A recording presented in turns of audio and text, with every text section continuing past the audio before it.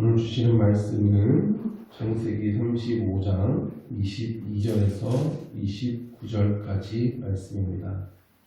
저와 여러분 한 절씩 교독하겠습니다.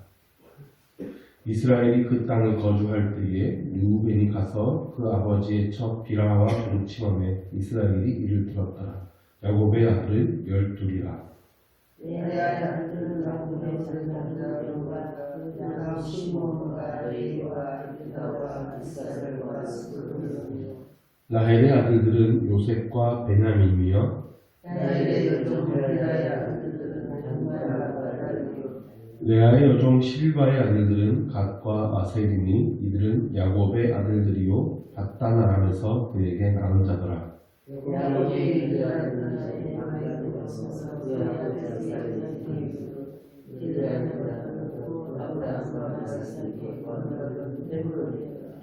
이삭의 나이가 180세라. 이삭이 나이가 많고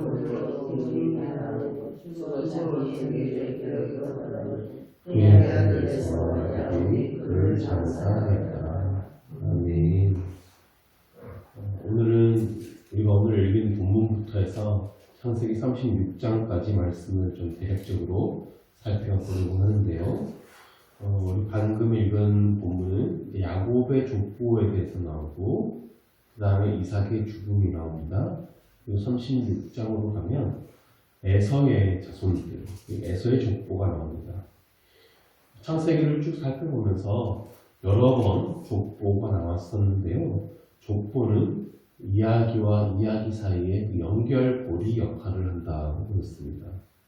또한 하나님의 역사가 어떻게 진행되어져 가는가, 또 그에 반해서 인간의 역사는 어떻게 진행되어져 가는가, 이런 것들을 보여줍니다.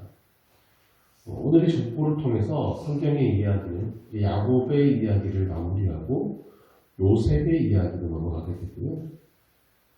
그래서 정확히는 이스라엘의 12아들의 이야기다라고 할 수 있습니다. 이를 통해서 하나님의 역사가 어떻게 진행되어져 가는가를 알려주고요. 이 36장 말씀을 통해서는 에서의 족보를 통해서 인간의 역사는 어떻게 흘러가는가를 보여줍니다.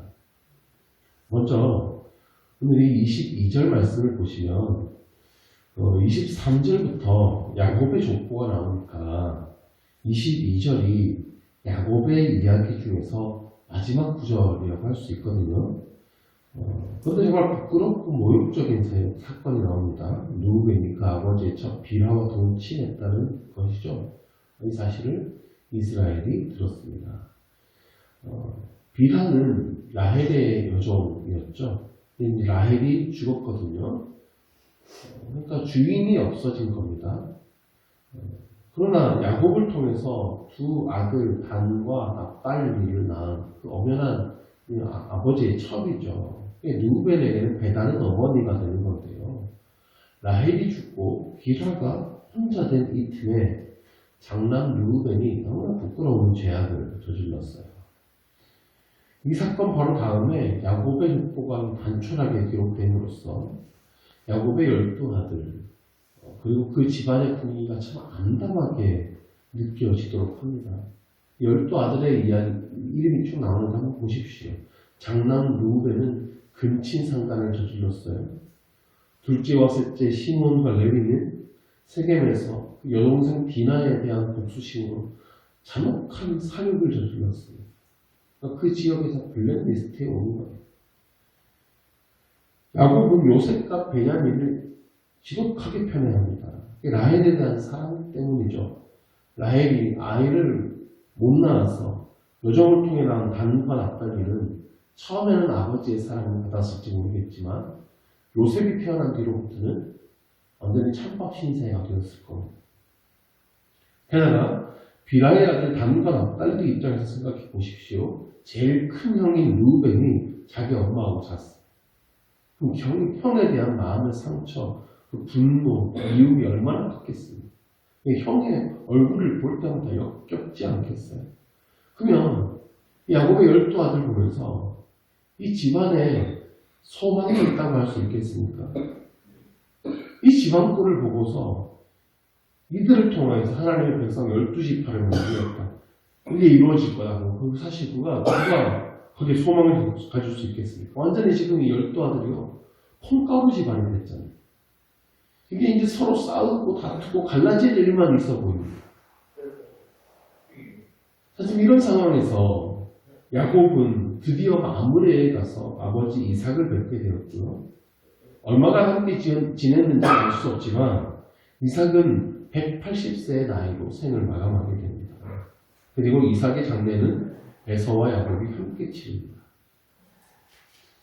이삭이 43년 전에 에서와 야곱을 축복했습니다. 그때 복받은 사람이 야곱이었죠. 하늘의 이슬과 땅의 기름진 것, 풍성한 곡식과 포도주 주시기를 축복했습니다. 또한 만민이 너를 섬기고 열국인에게 굴복하고 형제들에게 굴복하고 너를 저주하는 자는 저주를 받고 너를 축복하는 자는 축복을 받도록 그렇게 기도했어요. 아버지가 원래 에서를 축복하려고 그랬습니다. 이삭은 그 기도의 대상이 에서인 줄 알고 야곱에게 모든 축복을 쏟아 부어줬습니다. 뒤늦게 온 에서가 받은 축복이 없었어요. 너는 칼을 믿고 생활하겠고 내 아우를 섬길 것이며 내가 매임을 벗는 날에는 떠돌처럼 이렇게 될 것이다. 이게 에서가 받은 축복 기도의 전부였습니다. 근데 지금 이삭이 숨을 거두는 현재 상황을 보십시오. 36장부터 에서의 족보가 나오는데요. 무려 43절에 이르도록 에서의 집안을 쭉 소개합니다. 에서에게는 3명의 아내가 있었고 5명의 아들들을 낳았어요. 야곱은 84세라는 늦은 나이에 결혼했는데 에서는 40세에 결혼을 했어요. 그래서 벌써 44년 차이가 납니다. 결혼한 것이. 그 자손들도 야곱보다 한 세대 더 빨리 번성할 수 있었어요. 그래서 36장에 보면 에서의 자손들이 당시에 얼마나 번성했는지를 기록하고 있는데 36장 6절을 보시면 에서가 자기 가족과 자기 사람들과 재산들을 이끌고 다른 곳으로 가죠. 근데 거기서 보니까 표현이 그의 동생 야곱을 떠나라고 되어 있습니다. 에서와 야곱이 재회하는 장면에서도 봤지만 에서는 지금 세일이라는 곳에 살고 있습니다. 근데 마치 이제 야곱과 헤어지는 것처럼 그렇게 두고 있어요. 중요한 것은 에서가 약속의 땅을 떠났다라고 하는 것을 기록하는 겁니다. 그 이유를 7절에서 기록하는데 두 사람의 소유가 풍부하여 함께 거주할 수 없음이로나 그들이 거주하는 땅이 그들의 가축으로 말미암아 그들을 용납할 수 없었다. 소유가 풍부해졌기 때문입니다. 자, 아브라함과 롯이 헤어졌던 바로 그 이유가 둘의 소유가 풍부해졌기 때문이죠. 그 같은 이유로 에서도 떠나갔다라는 걸 기록하는 겁니다. 그러면 에서가 세일에 산 것이 야곱을 떠나갔다라는 말을 이렇게 이해하시면 될 것 같습니다. 이삭은 야곱에게 엄청난 재산을 약속했어요. 그러므로 이삭의 재산은 모두 야곱의 것입니다. 근데 에서의 재산도 엄청나게 많아졌습니다. 그래서 그 땅에서 다 감당할 수 없기 때문에 에서가 다른 곳으로 떠나갔다는 거예요. 그러니까 결국 에서는 재산을 선택한 겁니다. 하나님의 약속이 있는 땅보다 재산을 선택한 것이죠. 그런 의미에서 롯이 아브라함을 떠난 거하고 같은 거예요. 롯이 소돔 땅을 택한 이유가 무엇입니까? 그곳에 풍요로움을 받기 때문입니다. 에서도 같은 이유로 이 세일 땅을 선택한 것인데요. 세일은 사실 가나안 땅에서 좀 벗어난 곳입니다. 에서는 그리고 그 땅에서 엄청나게 번성하게 됩니다.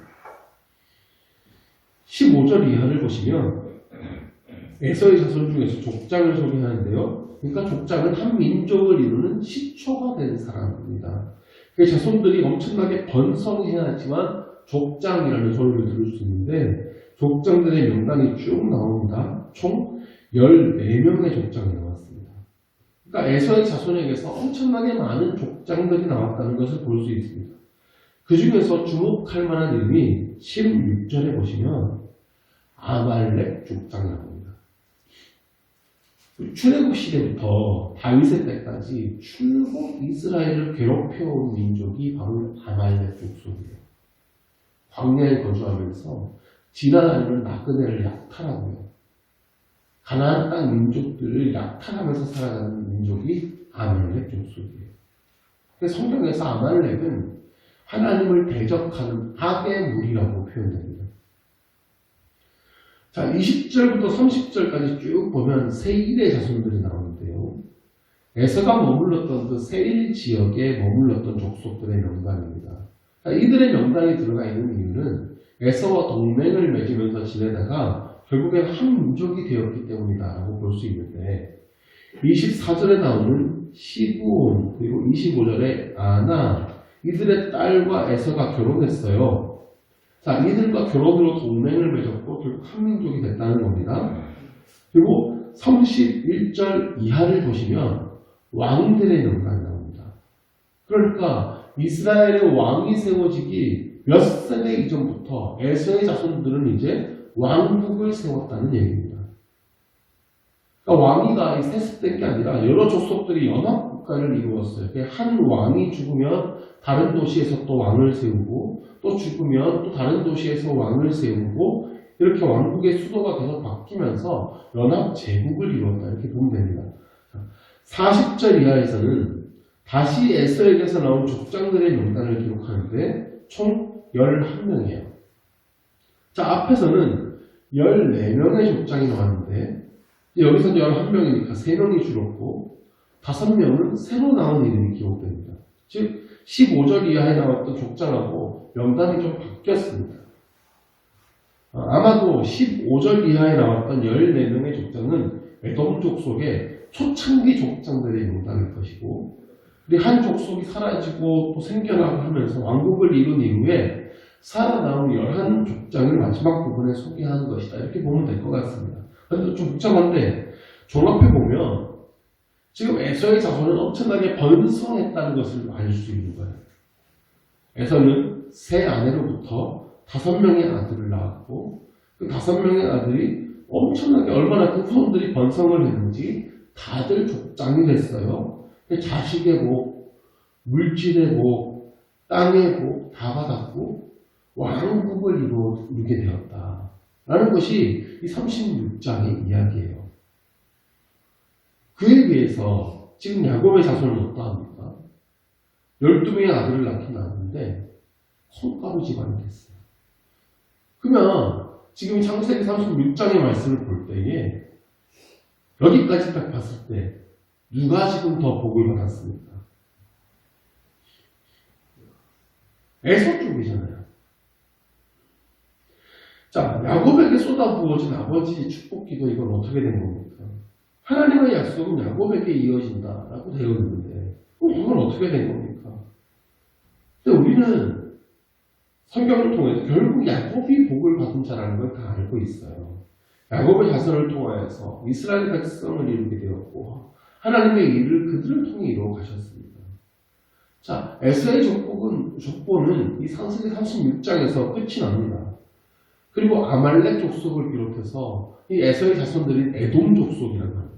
이 에돔 족속은 하나님의 나라를 대적하는 자리에서 계속해서 서 있습니다. 자, 그러므로 하나님의 복을 받았냐 못 받았냐는 지금 현재의 모습으로는 알 수가 없다는 거예요.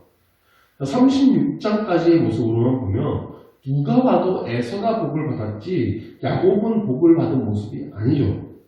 세상 사람들의 눈으로는 에서의 자손은 너무나 크게 번성하고 잘 되는 것 같아 보여도 하나님의 언약을 벗어난 민족이기 때문에 그건 절대로 복이 아니라는 겁니다. 그러나 그에 비해 야곱은 지금 상태로 봤을 때는 너무나 암울하고 막막한 상황 같아 보이지만 하나님은 끊임없이 야곱에게 찾아가고 계십니다. 너를 통해 큰 민족을 이룰 것이다 말 약속하셨어요. 현실은 별 볼 일 없고 그 약속만 있어요. 근데요, 그게 복인 거예요. 지금 내 현실이 어떠하고 저 사람은 하나님의 복을 엄청나게 받은 것 같아 보이고 그런 것에 너무 연연하고 흔들리지 마시기 바랍니다. 세상 사람들이 막 하는 일마다 다 잘 되고 자식들도 잘 되고 막 이런 것에 너무 부러워하지 마십시오. 우리가 하나님의 언약 안에 있고 하나님께서 날마다 나에게 찾아오시고 나에게 은혜를 주신다면 그것이 복입니다. 하나님께서 나를 통해 이루시겠다고 약속한 것이 있다면 그게 복입니다. 지금은 비록 아무것도 보이지 않고 손에 잡히는 게 별로 없고 희망도 없어 보일지라도 우리는 믿어야 되는 거예요. 그리고 하나님은 결국에 그 일을 이루실 것입니다. 오늘 성경은 에서의 자손이 약속의 땅을 떠나서 크게 번성하는 모습을 보여주고 있습니다. 그리고 그에 비해서 현재 야곱의 집안은 그 미래가 암담하다는 것을 표현하고 있어요. 그리고 우리에게 도전하는 것이죠. 우리는 이 둘 중에 어떠한 삶을 살고 싶은가? 어떤 길을 선택하면서 살아갈 것인가? 현재의 상황이 절망스러울지라도 내가 하나님 안에 있고 하나님이 내 안에 계신다면 우리는 거기에 소망을 두어야 합니다. 그리고 지금 나의 현실에 낙심하지 말아야 합니다. 하나님은 반드시 이루시는 분이십니다. 그분의 하신 말씀을 자기 백성에게 반드시 이루시는 분이세요. 그때에 어떤 삶이 원하는지 무엇이 정말 더 복된 삶인지 증명될 것을 믿습니다. 기도하겠습니다. 하나님 아버지, 때로는 하나님의 응답이 멀게 느껴질 때가 있습니다. 나에게는 왜 하나님의 복이 쏟아지지 않는지, 그 말씀이 이루어질 때는 언제인지 이해되지 않을 때도 있습니다. 오히려 세상 사람들이 더 잘 되는 것 같아서 마음이 흔들릴 때도 있습니다. 그러나 우리의 소망을 오직 주님께 두기를 원합니다. 오직 주님께만 우리의 복이 있으니 오직 주님만을 의지하고 주님만을 바라봅니다. 주 안에 거함이 복임을 알게 하여 주시고 주님의 약속이 우리에게 있다는 것이 참된 복임을 알게 하여 주옵소서. 주님의 뜻이 이루어지는 완전한 때가 있음을 믿습니다. 그때까지 견디며 이길 힘을 허락하여 주옵소서.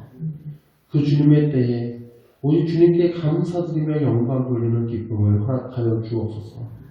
그때까지 인내하며 소망하며 이 믿음 안에 거하는 우리 모두가 되게 하여 주시옵소서. 예수 그리스도의 이름으로 기도드립니다. 아멘.